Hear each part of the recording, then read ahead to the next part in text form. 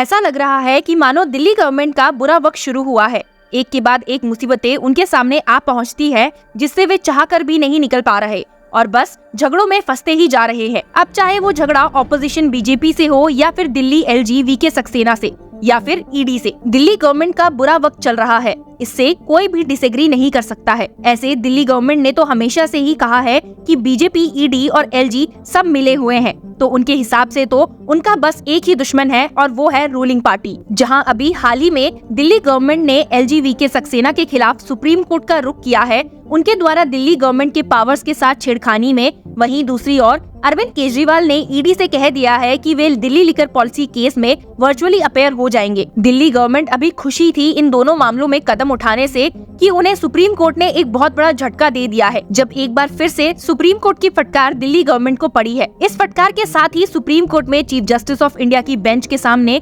दिल्ली की ओर से मौजूद सीनियर एडवोकेट अभिषेक मनु सिंघवी और सॉलिसिटर जनरल तुषार मेहता में काफी हीटेड आर्गुमेंट्स भी देखने को मिले हैं। तो मामला है दिल्ली जुडिशरी को लैंड अलॉट करने से, जिसमें लास्ट हियरिंग में जब ये पाया गया कि कोर्ट के अलॉटेड लैंड पर आम आदमी पार्टी का ऑफिस है, इस बात से Chief Justice of India DY Chandrachud को बहुत ही बड़ा झटका लग गया।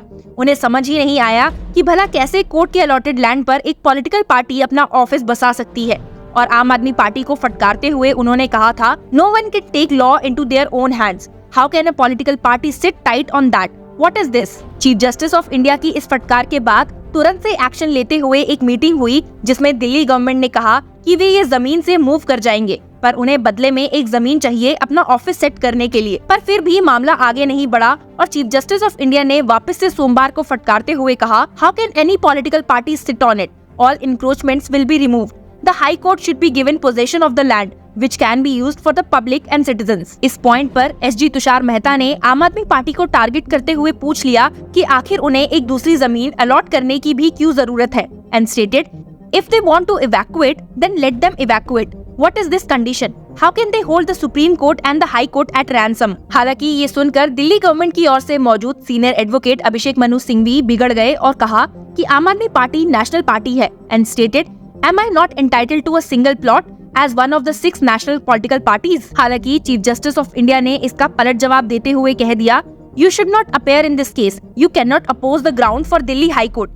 You are using our good offices to get the plot. How can we allow this? मामले ने एक इंटरेस्टिंग टर्न तब ले लिया जब सीनियर एडवोकेट सिंघवी ने बताया कि उन्हें एक दूसरी लैंड अलॉट हुई है, पर वो दिल्ली के आउटस्कर्ट्स बदरपुर में मौजूद है। इतनी दूर अलॉटमेंट के पीछे सीनियर एडवोकेट सिंघवी ने बीजेपी को टारगेट किया और कहा, A particular government does not want me to be flourishing and working। इस मौके पर solicitor general of India Tushar Mehta ने सुप्रीम कोर्ट बेंच को बताया कि ये जो लैंड आम आदमी पार्टी को अलॉटेड है वो 2017 में ही रिवोक हो चुकी है, and since 2017 it is an encroacher। इस पॉइंट पर सीनियर एडवोकेट के परमेश्वर, जिन्हें सुप्रीम कोर्ट की बेंच, जिसमें चीफ जस्टिस ऑफ इंडिया के अलावा जस्टिसेस जेबी पर्दीवाला और मनोज मिश्रा भी मौजूद थे, ने इन्फॉर्म करते हुए कहा that by communication dated 13 June 2017 the Public Works Department of the Delhi government informed the National Secretary of the Aam Aadmi Party that the allotment of the bungalow number 206 at Rose Avenue stood revoked as per the directions of the LG। इसका पलटवार करते हुए senior advocate Singhvi ने बताया कि Delhi high court ने इसे set aside कर दिया था। The court noted that the Delhi High Court set aside the order revoking the allotment to the Aam Aadmi Party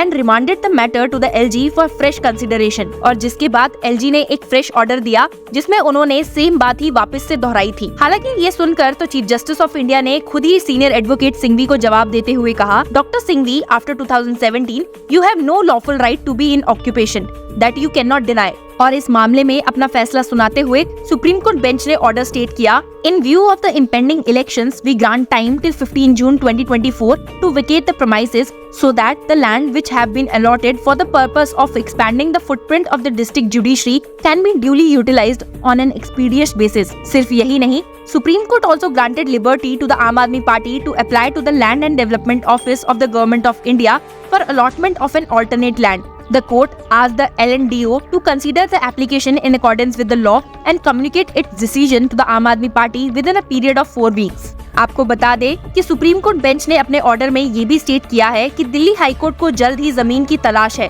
क्योंकि वहाँ पर न्यू कैंडिडेट्स मौजूद तो है पर उनके लिए कोई जगह ही नहीं है। सिंस द MTNL बिल्डिंग जो कि पहले से प्रपोज था दिल्ली जुडिशरी के लिए has been found to be unsuitable। The court directed the Chief Secretary of the Delhi government to come up with an alternate proposal within a period of 2 weeks and communicate it to the Chief Justice of the High Court, जिसके साथ ही ये मामला खत्म हुआ। आपको बता दें कि इस केस की शुरुआत से ही दिल्ली गवर्नमेंट सुप्रीम कोर्ट की फटकार सुने जा रही है। पहली बार तो जब उन्होंने इस केस में फंड्स नहीं दिए थे और चीफ जस्टिस ऑफ इंडिया ने उन्हें बहुत फटकारते हुए कहा था, the delay in approving funds is lamentable and there is no justification for the lackadaisical approach of the GNCTD in meeting demands of Delhi district judiciary. CGI ने ये भी add करते हुए कहा था, what is happening, what is your government doing, you don't want to give any funds to the Delhi high court. It is a model high court in the country and look at its present status। आपको बता दें कि इस मामले में जो proposed projects थे, district centre Shastri park, Karkardooma complex, sector 26 Rohini, rose avenue complex, उनमें से 3 को अप्रूव भी किया जा चुका था और बस फंड्स नहीं मिलने की वजह से ये काम शुरू नहीं हुआ है। The Apex Court noted that as of December 5th, the High Court status report indicated a sanctioned strength of 887 judicial officers, 15 fast-track special courts and a working strength of 813 officers. There was a need for 118 courtrooms to accommodate the sanctioned strength and a vacancy of 114 courtrooms for working strength। और इस डांट के तुरंत बाद ही Delhi government ने funds को allot कर दिया था। पिछले और सोमवार की हियरिंग दोनों में चीफ जस्टिस ऑफ इंडिया ने कहा है कि हाई कोर्ट्स को ये लैंड देकर सिटीजन्स का ही भला होगा और भला ऐसा काम में इतनी देरी कैसे हो सकती है। And stated, What will the High Court use it for? Only for the public and citizens।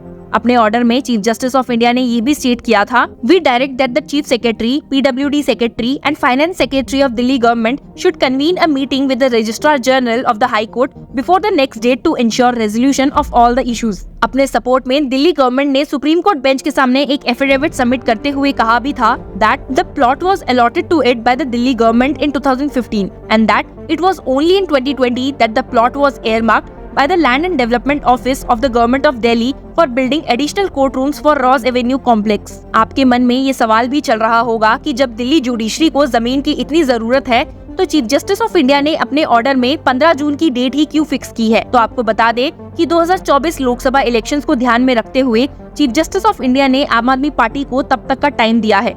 अब देखना ये होगा क्या आम आदमी पार्टी इस ऑर्डर से कंप्लाई करती है या नहीं। Till then keep following law चक्रा।